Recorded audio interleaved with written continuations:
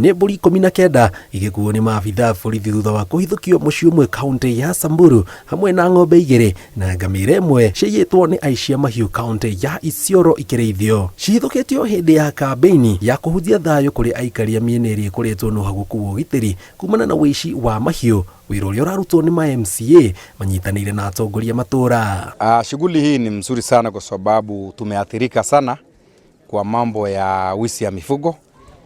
Tumepoteza mifugo nyingi na pia na vijana wengi wamepoteza maisha yao, na tungependa kama viongozi ama wazee watoto wetu waendelee kupoteza maisha. Jadiliana na jamii na tumekubaliana, tuko na majina mengi ambayo tumeweza kupeana kwa wazee kwa kila area, na tumekubaliana ya kwamba ikifika kesho mpaka siku ya Jumatatu ng'ombe yote ambao walikuwa wameibwa, mbuzi yote ambao walikuwa wameibwa, ngamia zote ambao walikuwa wameibwa watarejeshwa kufikia Jumatatu.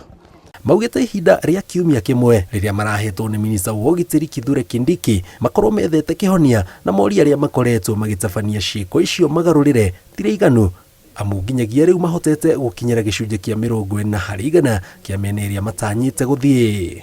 Ku extend another 2 weeks kwa sababu kama wodi yangu tumeweza tu kufanya mkutano 3, na ni kwa sababu ya area ni kubwa. Waso ward ni kubwa kabisa, ni karibu 20% of the Samburu County.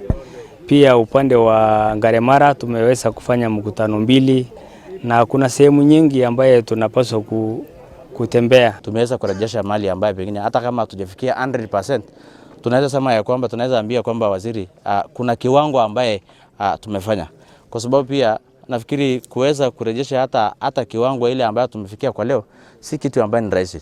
No na kuhana ũguo kwĩ marenda minista wa ũgitĩri ateanĩrie kanya karĩa ahete atongoria acio methe kĩhonia, makiuga thayũ ũkuoneka wona rũhonge rwa ũgitĩri rwaingĩrĩra methane na arĩa makoretwo magĩtabania ciĩko ici, na no manyitirwo nĩguo ũici wa mahiũ kaunti ici ũhuke kaimana.